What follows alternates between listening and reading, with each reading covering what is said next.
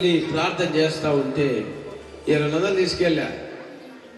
అప్పటికే 40,000 90,000 అయిపోయినాయి. ఎప్పుడు ఏమైందో తెలియదు నాకు. ఆ 200 తీసుకెళ్ళి అలా వెళ్తానంటే దాని మీద ఒక వాక్యం ఉంది, మలాకి గ్రంథంలో ఉన్న వాక్యం. నా మందిరంలో ఆహారం అందున్నట్లు 10వ భాగము నాకు ఇచ్చి శోధించుడి అని.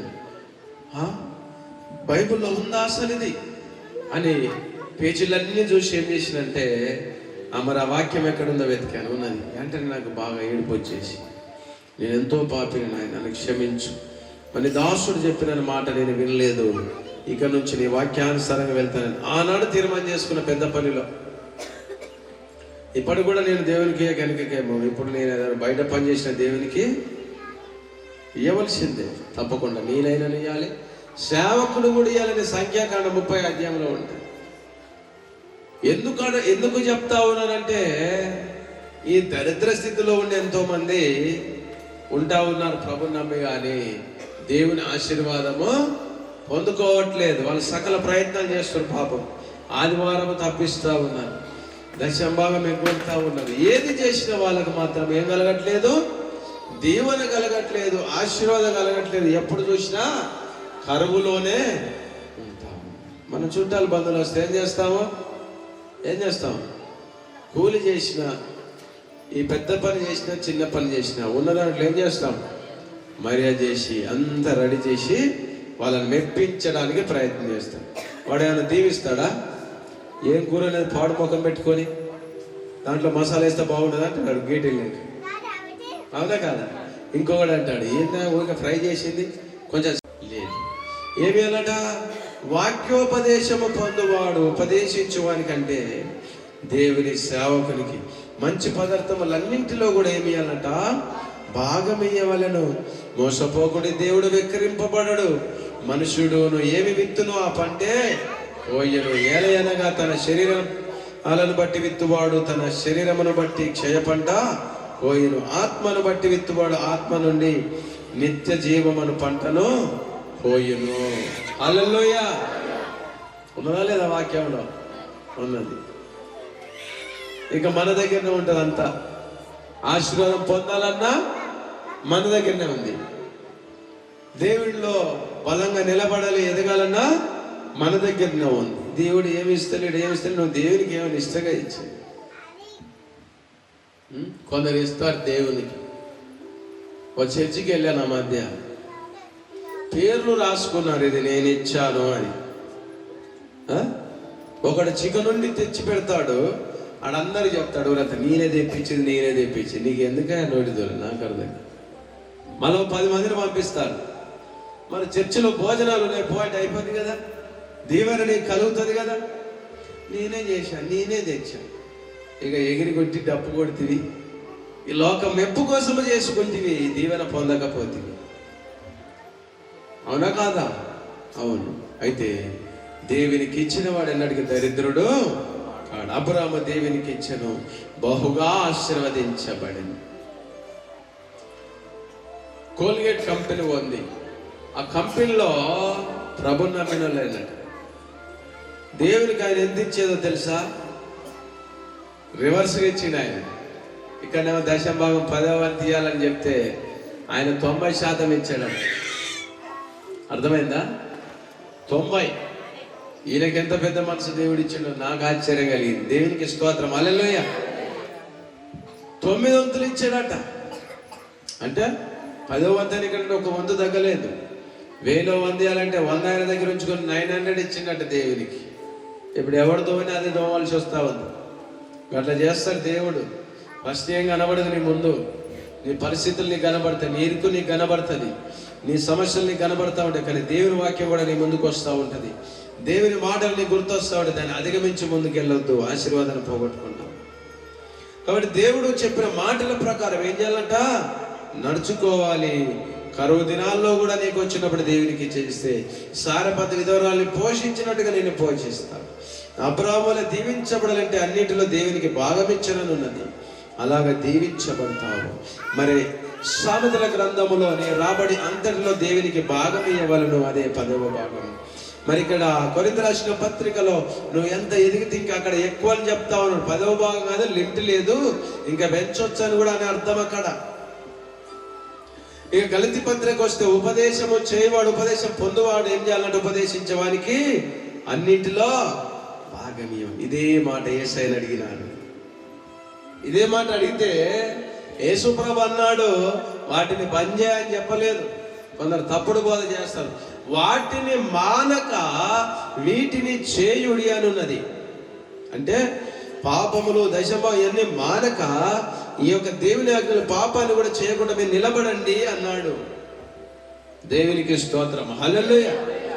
కాబట్టి అన్నింటిలో కూడా భాగమయ్యవలెనని ఆయన లేఖనం సెలవిస్తా ఉంది. ఎందుకంటే మనల్ని దీవించడానికి దేవుడు అడుగుతున్నాడు తప్ప దరిద్రులను చేయడానికి దేవుడు అడగట్లేదు.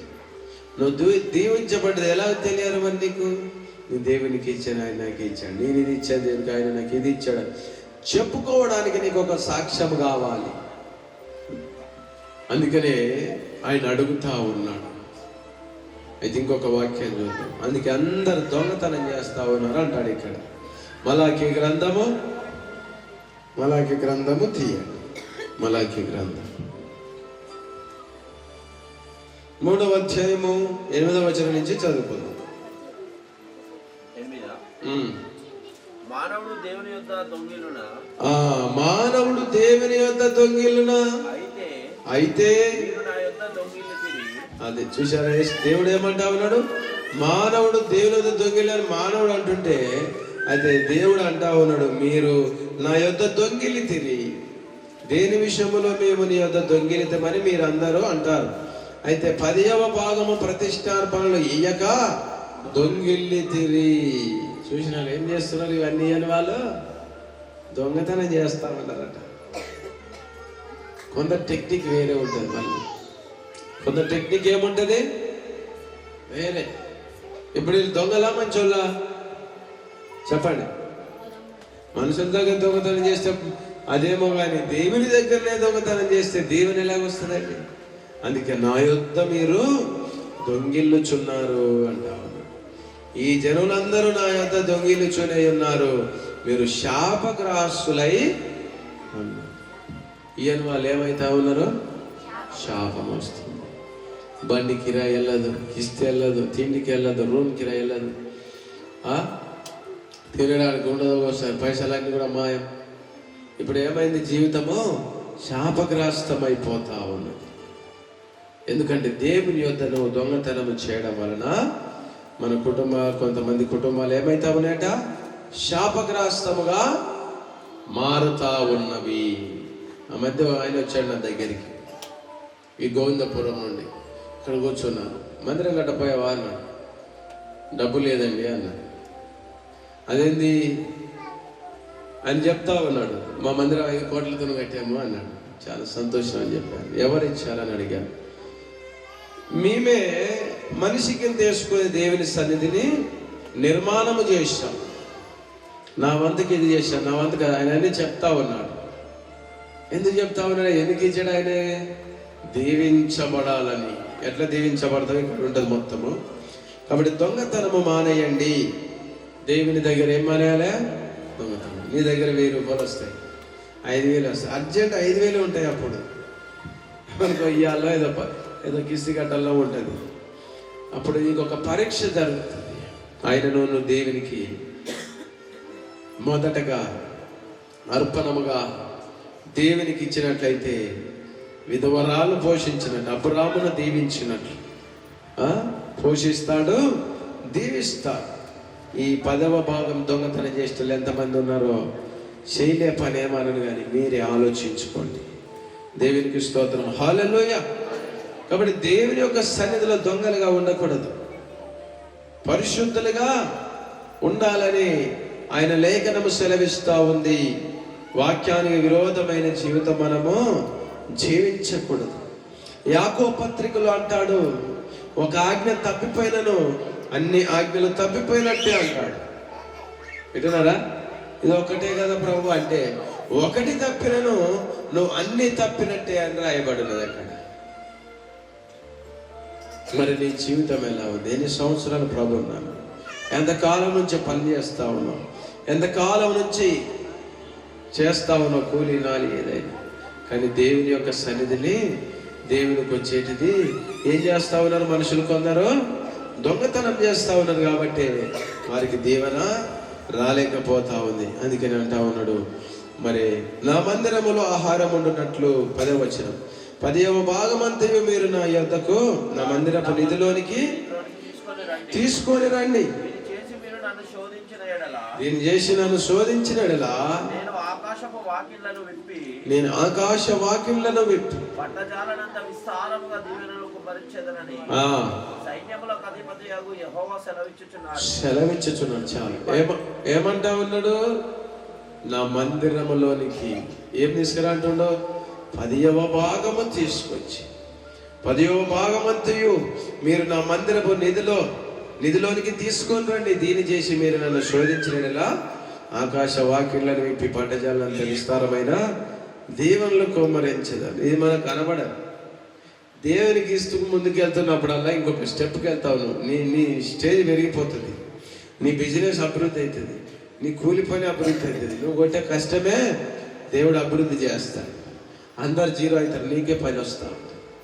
అందుకని కింద కూడా అంటా ఉన్నాడు, మీ పంటను తినివై పురుగులను నేను గద్దించదను, అవి భూమి పంటను నాశనము చేయవు, మీ ద్రాక్ష చెట్లను అకాల ఫలములను రాల్చకుండునని సైన్యములకు అధిపతి యెహోవా సెలవిచ్చుచున్నావు. నువ్వు ఏ పని అయితే చేస్తున్నావు వల్ల నష్టాన్ని కలగజేయడట. వ్యవసాయం చేస్తున్నావు నష్టము రాదు, కూలి చేస్తున్నావు రోగము, బిజినెస్ చేస్తున్నావు నష్టము కలగదు, ఎటుగాని వాడివి కావు. ఏమొస్తుందట నీకు? దీవెనలు వస్తాయి. ఆ పురుగులను, ఆ నష్టాన్ని నేను గద్దిస్తాను అంటా ఉన్నాడు. ఇంకేమంటా ఉన్నాడు? అప్పుడు ఆనందకరమైన దేశంలో మీరు నివసింతురు గనక అనేజలందరూ మిమ్మను ధన్యులందరని సైన్యములకు అధిపతి యెహోవా సెలవిస్తాడు. ఈ దీవెన ఎప్పుడు దేవుని బిడ్డలకు కలుగుతుందో ఈ నమ్మని ప్రజలందరూ చూసి ఏమంటారట? మీరే ధన్యులయ్య, ప్రభు నమ్మి దీవించబడ్డారు అంట. ఏమంటారట? మళ్ళీ మీరే ధన్యులు, దీవించబడ్డారు, మీ దేవుడు అంత గొప్పోడు అంట. అయితే ఇప్పుడు దేవుడు ఇవ్వడానికి సిద్ధంగా ఉన్నాడు, కానీ మనం పొందుకోవడానికి కొంతమంది సిద్ధంగా లేదు. కొంతమంది దేవుడికి ఇవ్వడానికి సిద్ధంగా ఉన్నారు, కానీ కొంతమంది దేవుడికి ఇవ్వడానికి సిద్ధంగా లేదు. దీవెన కూడా అంతే. ఇచ్చిన వారికి తప్పక దీవెన కలుగుతుంది, ఇయ్యని వాళ్ళు శాపగ్రస్తులుగా మిగులుతుందని లేఖనము సెలవిస్తా ఉంది. ఆయనకి ఇచ్చి మనం ఏం చేయాలంట? శోధించాలి. మనం ఎంత ఏం చేసినా కాదు, వాక్యం ప్రకారం నడవాలి.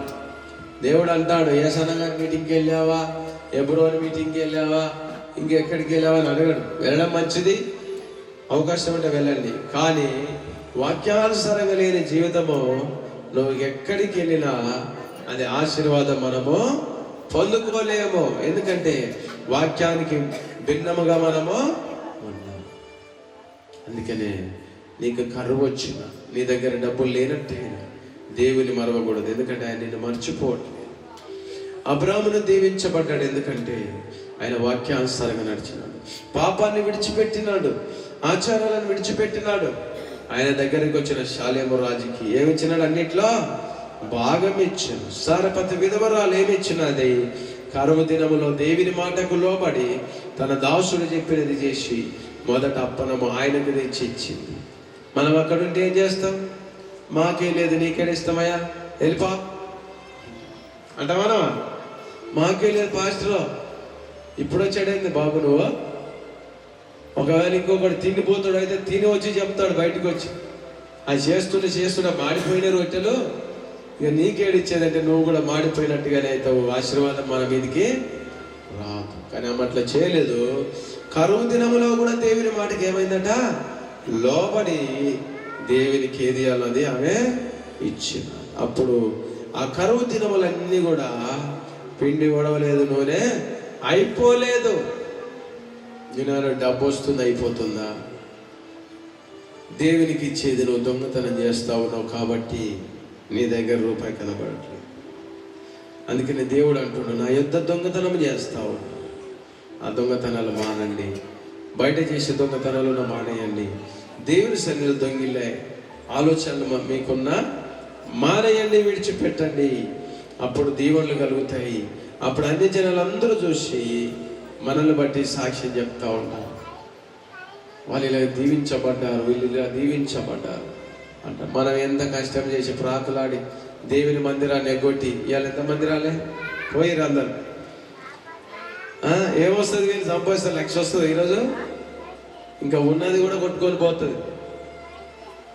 అందుకని ఆయన మందిరానికి తప్పియకూడదు. ఆయనకి ఇచ్చేది ఏం చేయాలంటే దేవునికి ఇవ్వాలి. ఇచ్చిన వాడు ఏమవుతాడు? ఆశీర్వదించబడతాడు, అభివృద్ధి పొందుతాడు, దీవెన కలుగుతుంది, ఆరోగ్యము కలుగుతుంది. నువ్వు చేసే పనిలో నష్టములు రాకుండా దేవుడు గద్దిస్తాడు. నువ్వు చేసే పనిలో ఇంకా ఎక్కువ ఆశీర్వాదాన్ని నీకు ఇస్తాడు. మరి ఎలా ఉంది నీ జీవితం? ఒకసారి పరీక్షించు. ఎలా ఉన్నదో ఒకసారి పరీక్షించుకొనమని దేవుని లేఖనం సెలవిస్తుంది. మార్క్స్ వార్త 12వ అధ్యాయము, మార్క్స్ వార్త 12:41 చదివి మనం ప్రార్థన చేసుకుందాం. మార్క్స్ వార్త 12 ఒక విధవరాలు కనబడతా ఉంది. ఇక్కడ కూడా మనకు విధవరాలు కనబడతా ఉంది. ఏమంటా ఉన్నాడు ఇక్కడ?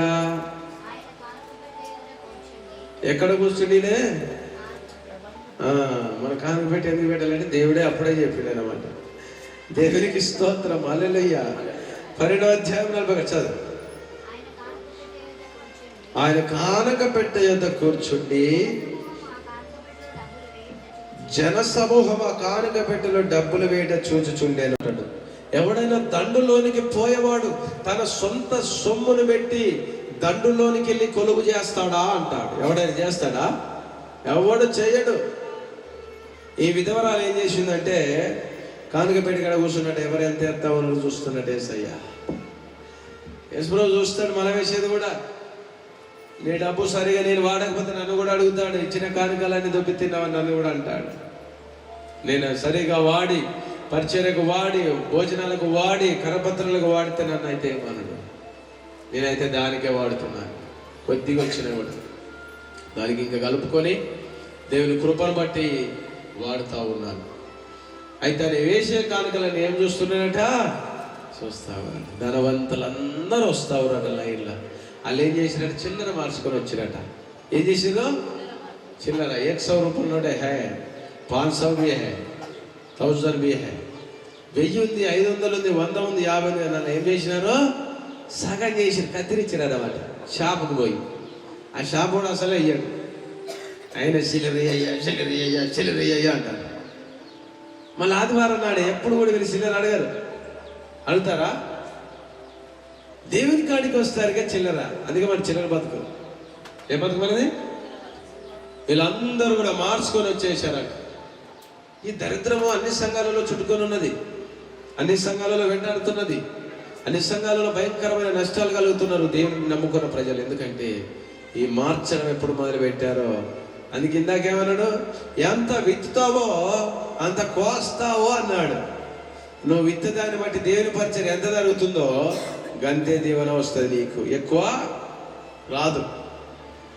అందరు కానుకలు వేస్తా ఉంటే చూస్తా ఉన్నాడు. వీళ్ళందరూ మార్చుకొచ్చిన బ్యాచ్లే మార్చుకొచ్చి వేస్తా ఉన్నారు, వేస్తా ఉన్నారు. కానీ విధవరాలట, ఆమె దగ్గర ఉన్నాయి 2 కాసులు ఉన్నాయట. సంతకాలు లేవు, సూట్ కేసులు లేవు, ఫోన్ పేలో లేదు, బ్యాంకులో లేదు. ఉన్నదంతా దేవుడికి వేసేదండి. మిగతా వారు ఏం చేస్తా ఉన్నారట? ఉన్న దాంట్లో సగం సగం సగం సగముల సగము చేసి దేవునికి వేస్తుంటే మీరు అందరూ తక్కువ వేశారు, ఈమె దేవునికి ఎక్కువగా ఇచ్చింది అన్నాడట. మేము 10 అయితే ముసలమ్మ 2 రూపాయలు వేస్తే అట్లా అంటున్నాం. అంటే ఆమె దగ్గర ఉన్నదంతా కూడా దేవునికి వేసింది. 2 ఉంటే ఒకటి దాచుకుంటాడు. ఉన్నాడా లేడా? ఉన్నాడు. ఆమె దాచుకోలేదు, ఉన్నదంతా వేసింది. కాబట్టి ఆమె ఎక్కువ వేసినని సాక్ష్యం ఇస్తా ఉన్నాడు యేసుప్రభు. ఇంకా మిగతా వారందరూ కూడా ఏం చేసినారు? వీళ్ళు చేంజ్ మార్చేసిన వాళ్ళు వీళ్ళందరూ కూడా. ఒకరోజు మన దగ్గర కూడా చేంజ్ లేకుండా అయ్యే సమయం ఉంటుంది. ఆయన మనం ఏం చేస్తామో శనివారం రోజు అయినను, ఆదివారం రోజు అయినను అందరం మార్చుకొని మరి బిచ్చగల దగ్గరికి పోయినప్పుడు చిల్లర పట్టుకొని పోయినట్టుగా దేవుని దగ్గరికి వస్తూ ఉన్నారు ఈనాడు అనేకులు. ఈ సంఘమే కాదు, అనేక సంఘాలలో ఇది జరుగుతున్నది. ఎందుకంటే దేవుడిచ్చే దీవెన పొందక తమకు తాము వాళ్ళ నష్టాలను తెచ్చుకుంటారు. బిచ్చగాడు అడిగినప్పుడు ఏమంటావు? 100 వేస్తావా? వేయవు. 50 వేస్తావా? వేయవు. 5, 10 చిల్లర లేవు అంటావు. యేసయ్య కూడా ఈనాడు జరిగే విషయం ఏంటంటే, ఆయన పరిచర్య జరగడానికైనాను, ఆయన సేవ జరగడానికి అందరూ ఆ రీతిగా ఆలోచన చేసి మార్చుకొచ్చేసేవారుగా ఉన్నారు. అందుకని వీళ్ళు కూడా అభివృద్ధి పొందలేకపోతాం. ప్రయాసపడతా ఉన్నారు, కష్టం చేస్తూ ఉన్నారు, కానీ అభివృద్ధి లేదు, ఆశీర్వాదము లేదు, దీవెనలు లేవు. అందుకని అంటా ఉన్నాడు, అక్కడ కూర్చొని చెప్తా ఉన్నాడు, అందరికంటే వారందరూ తమ కలిగిన సమృద్ధిలో నుండి వేశ్యుడిగా నీవే తమ లేమిలో తనకు కలిగినదంతయు అనగా తన జీవితం అంతయు వేసనని చెప్పాను. హల్లెలూయా. నువ్వు వేసే కానుకను చూస్తా ఉన్నాడు దేవుడు. ఆయన సన్నిధిలో దొంగతనం చేసే చూస్తా ఉన్నాడు దేవుడు. ఆయనకి ఇచ్చే చూస్తా ఉన్నాడు దేవుడు. ఇయ్యంది చూస్తా ఉన్నాడు దేవుడు. మరి ఆశీర్వాదం రావాలంటే నువ్వు ఇచ్చిన దాని ప్రకారం నీకు ఆశీర్వాదము వస్తుంది, కలుగుతుంది. దేవునికి మహిమ. హల్లెలూయా. ఎలా వేస్తున్నావు? ఎలా ఉన్నావు దేవుని సన్నిధిలో? ఎలా గడుపుతున్నావు నువ్వు? దొంగగా, ఒకవేళ దొంగగా ఉంటే మారికనైనా దేవుని సన్నిధిలో ఒక దొంగగా ఉండడం మంచిది కాదు. ఎందుకంటే ఆయన సాక్ష్యం ఇస్తా ఉన్నాడు, మీరు నా యొద్దకు వచ్చి దొంగతనం చేస్తా ఉన్నారంట. దొంగగా ఉంటే పరలోకం ఉందా? ప్రకటన గ్రంథములు ఏముంది? దొంగలు, వ్యభిచార, నరంతకులు పరలోక రాజ్యము మరి దొంగలు ఎలా ప్రవేశిస్తారండి? ప్రవేశించారు. అందుకనే ఆయన యొద్ద ఆయన సన్నిధిలో దొంగతనం చేస్తాం మానే. కరువులో ఉన్న దేవుని అంత నమ్ము, ఆయనకి ఇచ్చేది నువ్వు పరిచయం జరుగుతుంది. ఆయన నీకు ఏ రూట్లో ఇయ్యాలో ఆ రూట్లో నీకు ఇస్తాడు. మనకేమైతుంది? అప్పుడు గొప్ప దీవెన కలుగుతుంది. విధవరాలు ఉన్నదంతా కూడా దేవునికి ఇచ్చింది. అందుకని దేవుడు ఆమెని చూసి అన్నాడు, ఈమె ఎక్కువగా ఇచ్చింది అని చెప్పి.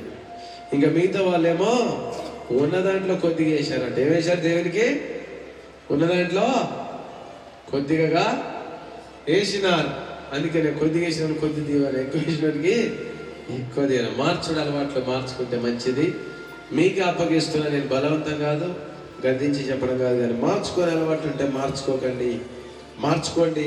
చిల్లర మార్చే అలవాట్లు ఉంటే మార్చుకోండి దయచేసి. ఎందుకంటే మన ఇంటికి బంధువు చుట్టం వచ్చినప్పుడు మార్చుతామా? ఏ బడా నోట్లు ఇంకా పెద్ద లోటు తీసి మా బంధువుకి ఇది పెట్టాలి, అది పెట్టాలి, వాడు నన్ను మెచ్చుకోవాలి, మెచ్చుకొని మెడల మీద వేసుకోవాలి, వేసుకున్న తర్వాత అవతల కింద పడేయాలి అని చూస్తాం. అవునా కాదా? ఆడెన్నటికైనా కిందనే వేస్తాడు. కానీ దేవుడు కింద వేయడండి.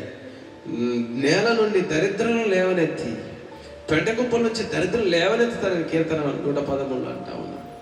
ఆయన లేవనెత్తే దేవుడు, ఆశీర్వదించే దేవుడు, బలపరిచే దేవుడు, స్వస్థపరిచే దేవుడు, నిన్ను దీవించే దేవుడు. ఎప్పుడంటే ఆయన సన్నిధిలో వాక్యానుసారంగా ఉన్నప్పుడు, ఆయనకి ఇచ్చేది నీవు ఇచ్చినప్పుడు. అప్పుడు ఏం కలుగుతుంది? మనకు గొప్ప దీవెన కలుగుతుంది, ఆశీర్వాదం మన మీదకి వస్తుంది, మార్గాలు తెరవబడతాయి.